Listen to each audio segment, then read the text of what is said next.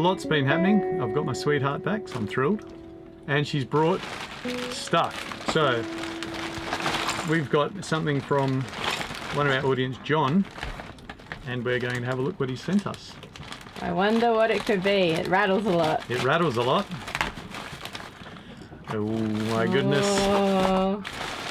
We got your parcel, John, and we are Pretty enthusiastic excited. about this. Well, that is one way to outdo yourself. We've got.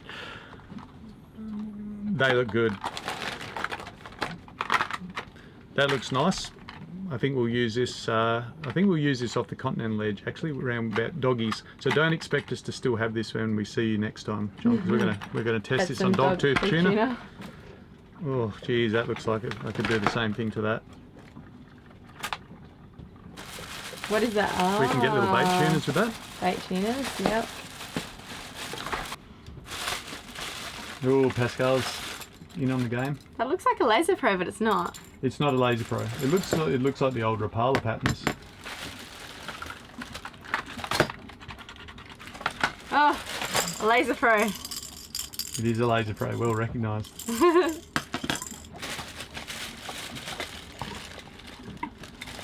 Savage gear. More lures. Yes. Look at these. It looks like. They've still got their wire trace on the wires on them. Oh, we'll get a look at John's rigging. Rigging setup. He's got some pretty stiff. Another laser pro here. right Another laser here. pro. Nice silver colour. Nice and neutral. Good where there's lots of mullet.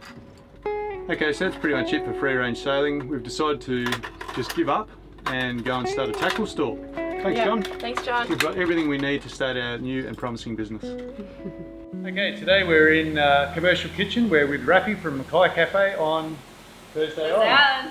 And it's been a great stay, and he's running us through how he makes biltong.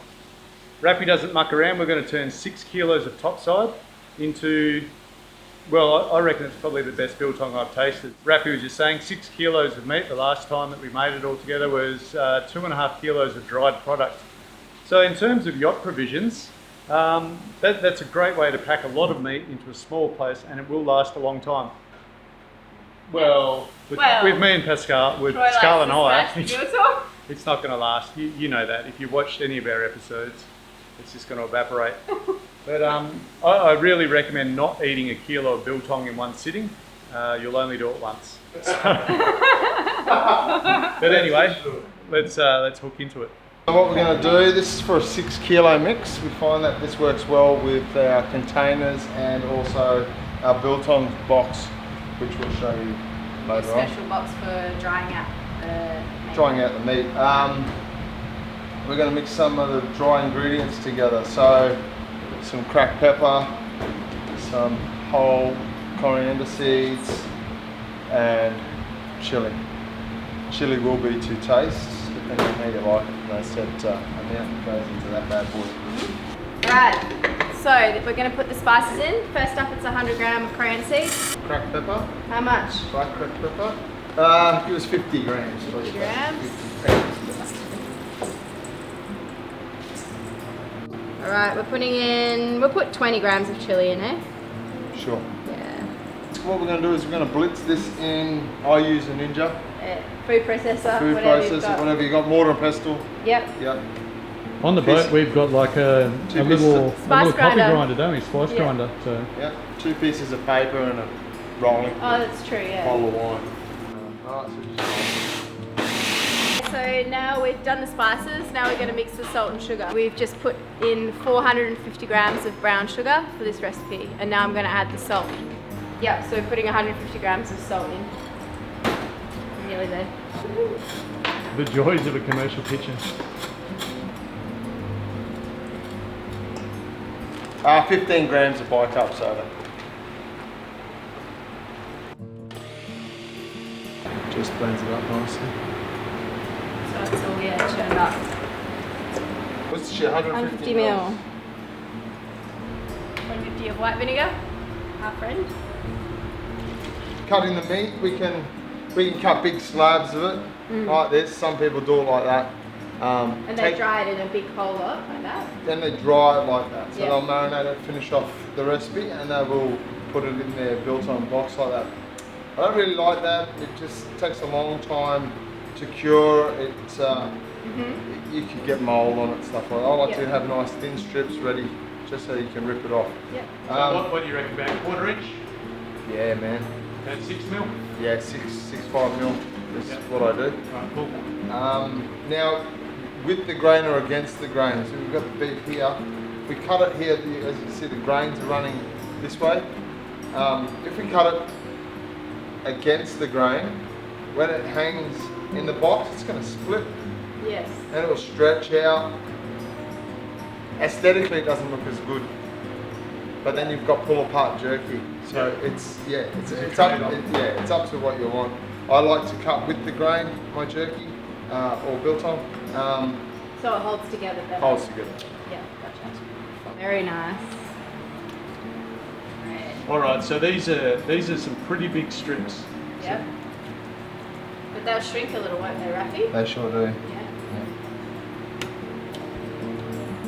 So what am I doing with the liquid? So I put a little bit in to start with, just a splash. Yep. And then I just start laying my meat. Okay, so we inside. soak the meat first in this vinegar. This is the vinegar in Worcestershire that we measured earlier. Yeah. Yeah. And so that's what we're going to do. So that's going to we're going to fill that up. Yep. Completely cover it in with the mix. Yep. And we're going to put it in the fridge for half an hour. Half an hour it sits in this liquid marinade. Okay, if you're watching us do this, just remember in the description, you can go right there, and this recipe is, well, all the ingredients are written out there. And the method, we'll put the method in. And we'll put the method there too. Yeah. So the economics of this are pretty good too, Rafi, isn't it? Like, I mean, I've seen this in the shop going for anywhere like up to about $200 a kilo. Yeah, I think that's the special premium beef. With like Wagyu beef. Wagyu beef. 70 bucks, I'd say. $70 a kilo is your pretty common price for biltong. Yeah. 70 bucks for just normal run of the mill topside cut. Yeah. 70 bucks. So this container's all filled up and it's into the fridge. You don't strictly need to put this in a refrigerator. I mean, if you've got a fairly insect-free area, meat sitting in vinegar is not going to go bad. Because Rafi's got a commercial kitchen, we do have to wrap it up before he puts it in the fridge. So health regulations. So we just want it covering, Troy. Pretty much, just all the juices covering it all. Yep. People have been wondering about how the beer turned. And we've got some here. We've got one last bottle. One last bottle here in TI. It actually looks like it's a busy one as well. We've had some problems with carbonation, but this one looks nice and busy. And hard to open. Whoa! Muscles. I heard the fizz. Cheers. Cheers. Very good. Nah, just joking. It's awesome. Okay, so we've got our meat after marinate for half an hour. And so we're just going to lay that on the bottom. Yep. I'm going to put a bit of our sugar, salt, and bicarb. Yep. Oh yeah, bicarb, yep. Right, and then take off the excess marinade and layer it into our dry marinade. Like that? So you've sprinkled some dry marinade on the bottom of the pan. And on you it just goes. layer it on like that. That bit can just go like that. Yeah, just go. This is just how we do our like tuna and mackerel when we're smoking curing. I mean, you can add what you want, but we do the salt, sugar, and fennel or whatever. Oh yeah. Same thing. We don't pre-soak it though with vinegar and Worcestershire. We just go straight to dry tuna.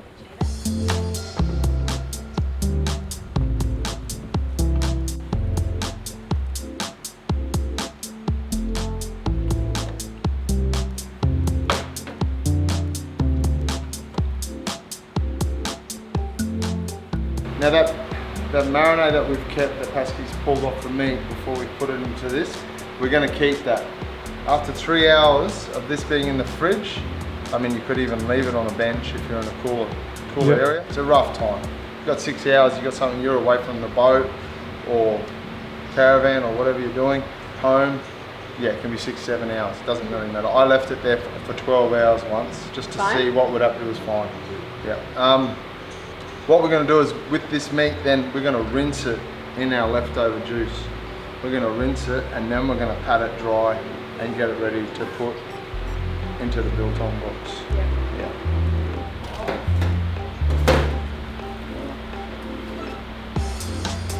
Go a whole sort of tandoori style. Biltong. I'm sure you could. I haven't tried it yet. Yeah. But, Sky's the limit, eh? Sky's the limit.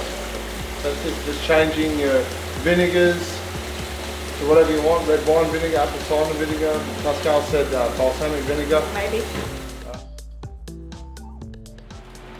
Yeah, unveiling. So here we have it. What's the next step, mate?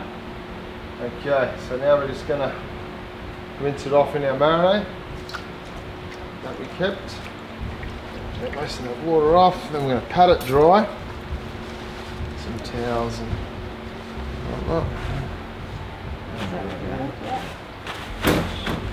You can see that it's cured. Yep. It's changed texture and colour. Totally. Chuck the hook in him. It's jam. Just jam in. Yep. Like that. Yeah. Put a bit of seasoning. That's cool.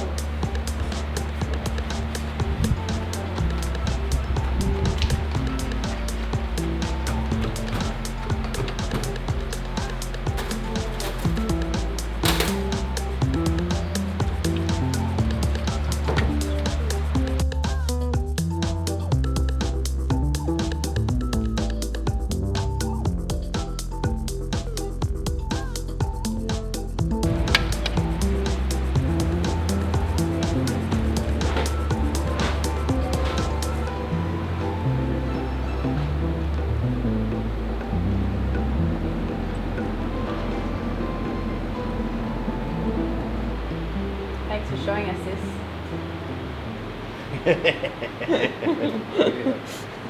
This is awesome. Yeah, it's such a great versatile food, isn't it? Take it hunting with you.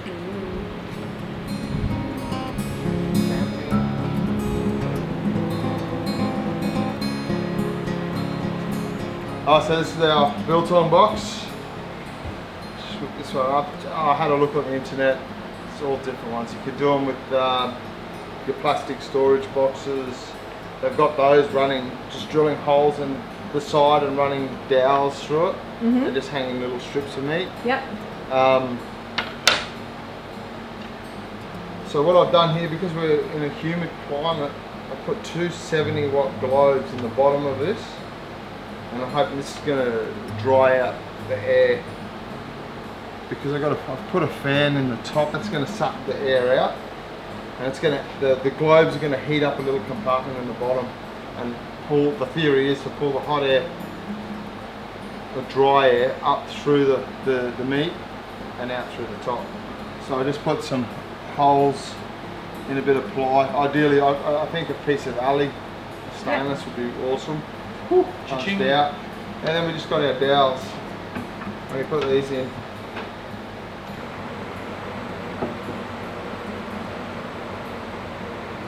Yeah, you don't want the meat touching. If it touches, it doesn't dry out properly. You can get a bit of mold in there. It doesn't look as good. It doesn't look like a complete product once we pull it out and bag and tag it. We're going to do. I think it's a little bit drier, the air at the moment. I'm going to go with. It smells I'm going to do a 2-day. 2 days? Yeah, we're going to do it. So, yep. The grand unveiling. All right, let's close the lid on this big girl and let it do its magic. We've got a little chore to do today. The cooling water impeller in our trusty Outboard has given up the ghost, so I'm going to go and change clothes and we're going to fix it. And while we're fixing it, Pascale's going to video it, so we might be able to pick up a few hints. As usual, a lot of our how-tos are more along the lines of inspiring you of how easy it is and that you can do it. And this is no different. All right, so I'll go, well, put a shirt on and then we'll see what's inside this Yamaha. Okay, the first step is to remove the bolts, securing the gearbox to the leg.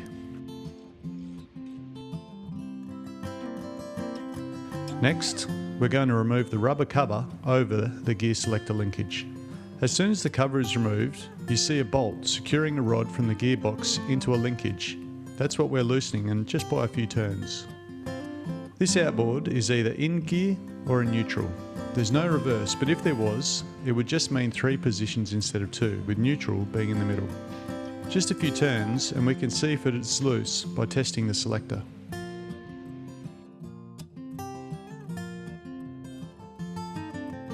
The gearbox will be quite stiff, so remove it by light taps with a non-metallic object. A block of softwood is fine, but a rubber mallet would be even better. This is the impeller housing, which has to come off. This rubber fitting connects to a metal tube in the leg to carry cooling water up to the power head.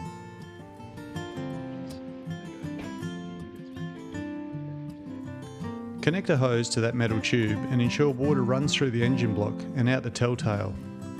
We're checking that there's no foreign matter in the cooling galleries and that the problem is not in the power head.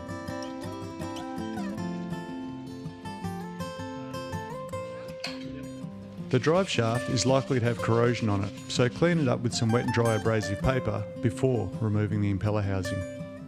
Only 4 bolts hold the housing in place.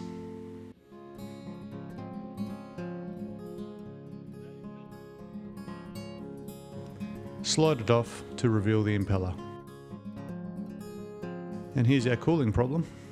When you slide the impeller up the shaft, it's common to have this small pin in the shaft and it fits in the keyway of the impeller.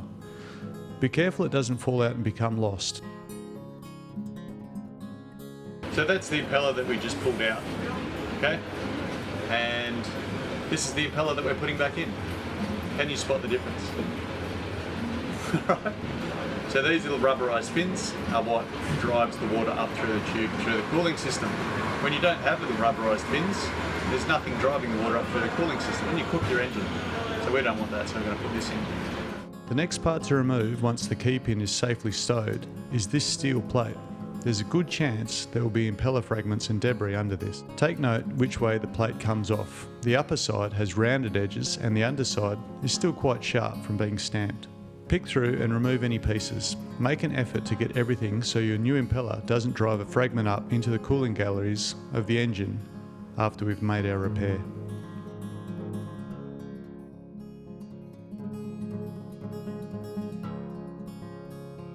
Most bits will be very small, but not all.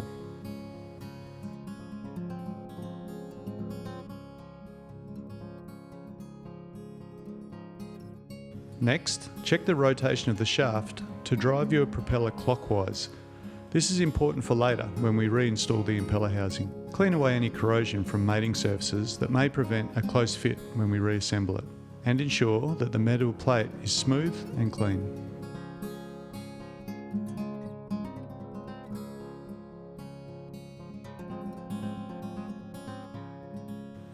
Checking the gearbox for rough operation or funny noises is a good idea right now. A bit of lubricant spray will make the impeller slide on a lot easier. Again, check the sides of the plate so you get the correct side up. Once the plate is reinstalled, insert the small keyway pin and a little grease will help to hold it in place. A quick check of the impeller may show that the keyway doesn't go all the way through. Make sure you put it on the right way so the keyway slides over that pin.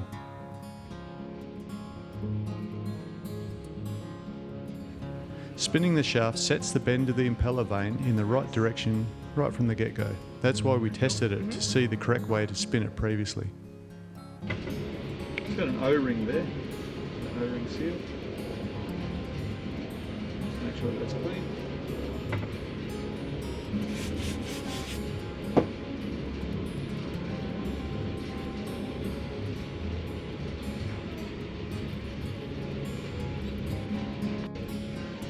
Down, and when you're putting it in, you spin the shaft, it goes in.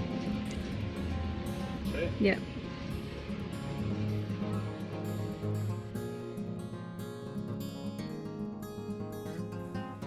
Next come the bolts.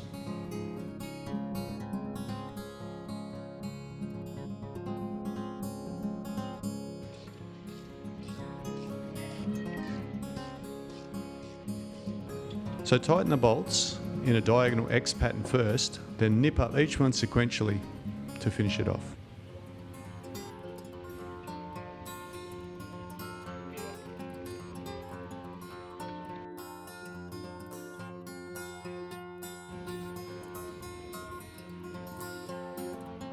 The rubber fitting to join the water transfer pipe has small locator lugs that can be tricky to get back in. Be patient and gentle with them, and whatever you do, don't damage them.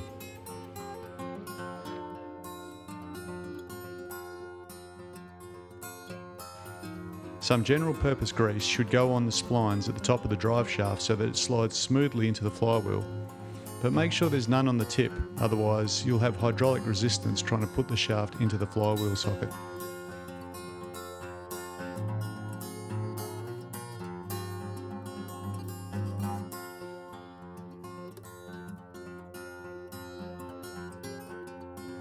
Now for the slightly tricky bit. The rubber fitting needs to slide over the water transport pipe. The gear rod needs to be close to the gear linkage, and the drive shaft splines have to fit into the flywheel. As you're lining everything up and gently pushing forward, it helps to have someone slowly spin the flywheel by pulling the starter cord. The lead to the spark plug must be removed for this for safety. Got it. When you feel the splines engage in the flywheel, line up the gear selector rod with the linkage and push the gearbox the rest of the way home. Lightly tap the gearbox back into its mating surfaces and confirm the linkage is still lined up.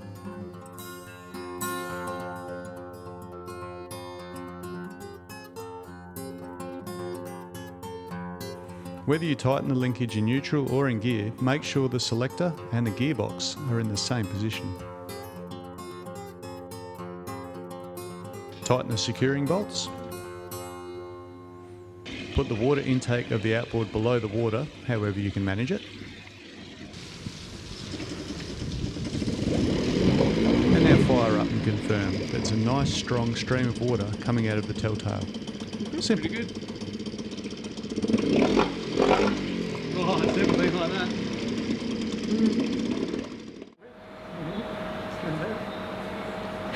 Oh, I bet you do. Let's have a look at our work that we did the other night. Oh my god. Set. Are they already? Right. Look at this dog. Dog. Oh my goodness, he's so excited. So unfair. Frank's tongue sticking out. Can you imagine a dog around people? They'd just be like, oh, these things are eating again.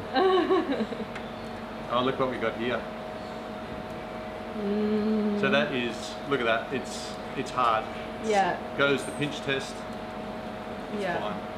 Should we try a piece? We definitely should try a piece. And we're going to try this piece right here. Off we go. Oh, it's tough. Good. So good, Pascale. There's a bit of fat on this one. Pretty tough with that scissors to chop it, huh? Give those teeth.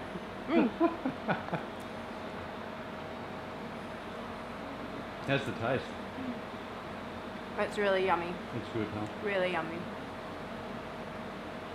The dogs think so too. The dogs are losing their mind. They're losing their minds. So that's the problem with Biltong as long-term stores. Yeah. With us anyway. It's We're just just too keep delicious. eating it. Well, there's a fraction of it. Is that all of it? No, there's still plenty left out there. We needed actually a bigger bottle than that. Oh wow. So look at that. That would be dinner. You know, like you'd have to drink a bit of water while you're eating it. But if I was on watch through the night, that would keep me fairly pacified for a fair while. So we're taking the hooks out of it now, and as Raffy pointed out, because he knows about these things, unhook it in the bowl, because it is going to drop some seasoning and stuff, and you don't want that flying everywhere. 2.7. Oh, we ate more than some. 6, and we have more than 6 kilos, so we're roughly the same. 6 kilos is going to give you a 2.5 kilo yield.